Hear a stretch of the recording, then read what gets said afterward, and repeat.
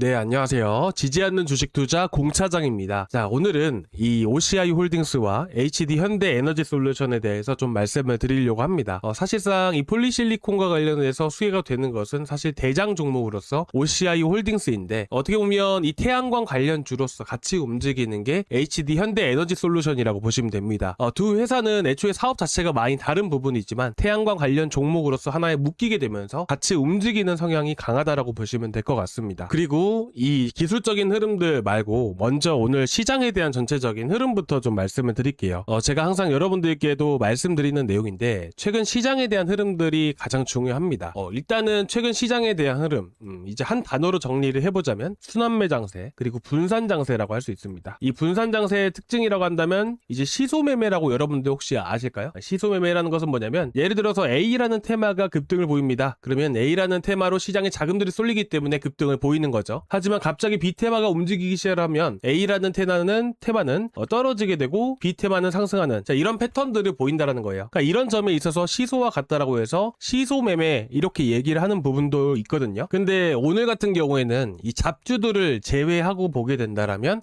사실상 매매할 만한 종목은 이 태양광 관련 종목들밖에 없었습니다. 그런데 이게 시장에 찌라시를 돌게 된 게 사실상 이 관세를 매겼다라는 게 좀 악재로 작용을 하는 게 아니냐, 그러니까 이런 얘기 때문에 떨어졌다 이런 얘기들도 있고, 근데 중요한 거는 여러분들 시장에 대한 흐름들을 보시게 되시면 어때요? 지금 1분 봉상 흐름으로 보게 되면 정말 많이 지수 같은 경우는 크게 밀렸습니다. 크게 밀리고 코스닥도 밀리고 코스닥도 코스피도 같이 이 밀리는 흐름들이 나왔다라는 거예요. 그렇다 보니까 사실상 시장에 대한 영향들이 좀 더 강했지 않았을까라는 생각이 들게 됩니다. 그러다가 오후부터 시장이 다시 한번 더 회복해주면서 마찬가지로 상승했던 상승분이 일부 반납이 되었지만서도 어쨌든 현재 추세는 단기적으로 봐도 상승 추세를 유지해 줄 수가 있었죠. 그만큼 어떻게 보면 시장 안에서 주목할 만한 이런 섹터 테마라고 하게 된다면 태양광 하나밖에 없었던 부분들이다 보니까 시장의 큰 자금들이, 그래서 시장이 반등을 보일 때 그때 이렇게 다시 반등을 보여줄 수가 있었던 거예요. 자, 보시게 되시면 이런 시장에서는 시장의 반등을 노릴 때 우리가 타이밍을 노려야 된다. 그리고 강세를 보였던, 최근 강세를 보여줬던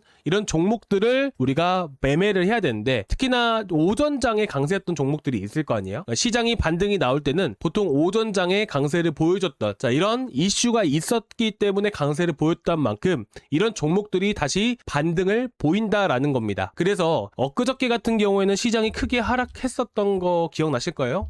그래서 한번 하락을 했었는데, 보시게 되시면 하락을 했다가도 다시 한 번 더 회복을 해주면서 한 번 더 SPG 같은 경우에는 이런 식으로 올라와주는, 자, 이런 패턴들을 보였다라는 것이에요. 그래서 일단 뭐 이어지다 보니까 딴 길로 새긴 했는데, 여러분들이 투자 전략 같은 경우에는 이런 식으로 여러분들이 꼭 체크하고 보시면 될 것 같고, 오늘 같은 경우도 이제 최근에 SPG도 시장 떨어지고 나서 다시 회복해주는 흐름들을 또 보여줬었죠. 보게 되면 저가 구간부터 해가지고 한 6% 정도 강하게 반등을 보였습니다. 그리고 최근에 SPG 말고도 GNC 에너지 같은 경우도 정말 강세를 보였습니다. 마찬가지로 시장 회복되어 주니까 그 다음부터 해가지고 한번 16% 정도 또 강세를 보여주는, 또 이런 흐름들을 또 보여줄 수가 있었던 부분들이고, 오늘 같은 경우에는 OCI 홀딩스라든지 HD 현대 에너지 솔루션이 그에 해당이 되는 이런 케이스이기도 합니다. 그런데 제가 이거를 왜 말씀드리는지 아시나요? 시소매매라 하고 분산장세라 하고 시장의 특성에 대해서 먼저 말씀드리는 이유가 뭐냐면, 시장에서 또 부각을 받고 이슈화되고 있는 종목들이 갑자기 또 상한가하고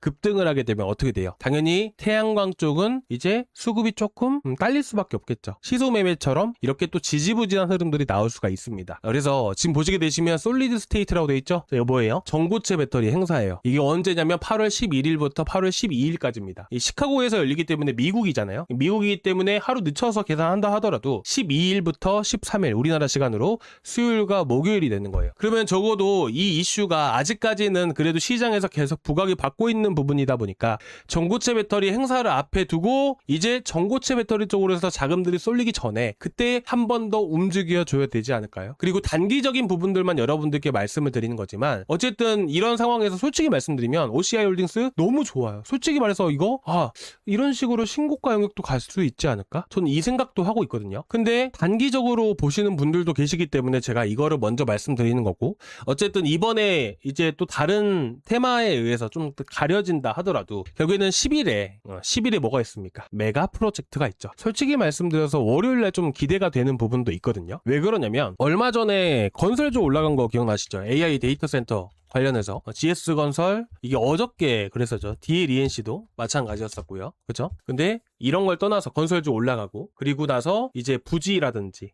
메가 프로젝트 하면 이제 호남에다가 반도체 클러스터를 만든다라는 건데 결국에는 전선 이제 전력 쪽 관련해서도 분명히 부각이 될 것이고 에너지 관련해서도 분명히 얘기가 나올 수밖에 없다라고 생각을 합니다. 그래서 10일날 이런 이슈들이 다시 한 번 더 부각이 되었을 때는 충분히 단기적으로 봐도 이제 OCI 홀딩스가 한 번 더 움직일 가능성이 높지 않을까 라는 생각으로 저는 이제 바라보고 있고, 만약 이번에 뭐 크게 급등을 하지 못한다 하더라도 결국에는 이 에너지 분야에서는 이제 하반기에 정말 기대를 하고 있는 부분이고, 이게 12차 관련해서도 분명히 상승 모멘텀이 분명히 있기 때문에 솔직히 말씀드려서 지금 현재 신재생 쪽은 아직 이제 죽지도 않았고 이제 하반기에 정말 기대해봐도 좋을 테마이지 않을까라는 생각이 들게 됩니다. 그래서 좀 다시 한 번 더 정리해서 좀 말씀드리면 월요일날 분명히 부각이 될 만한 이슈가 있다. 하지만 이제 우리나라 시간으로 이제 수요일날부터 해서 이제 전고체 배터리 행사가 있기 때문에 2차 전지 쪽으로 자금이 쏠린다라면 신재생 에너지 쪽은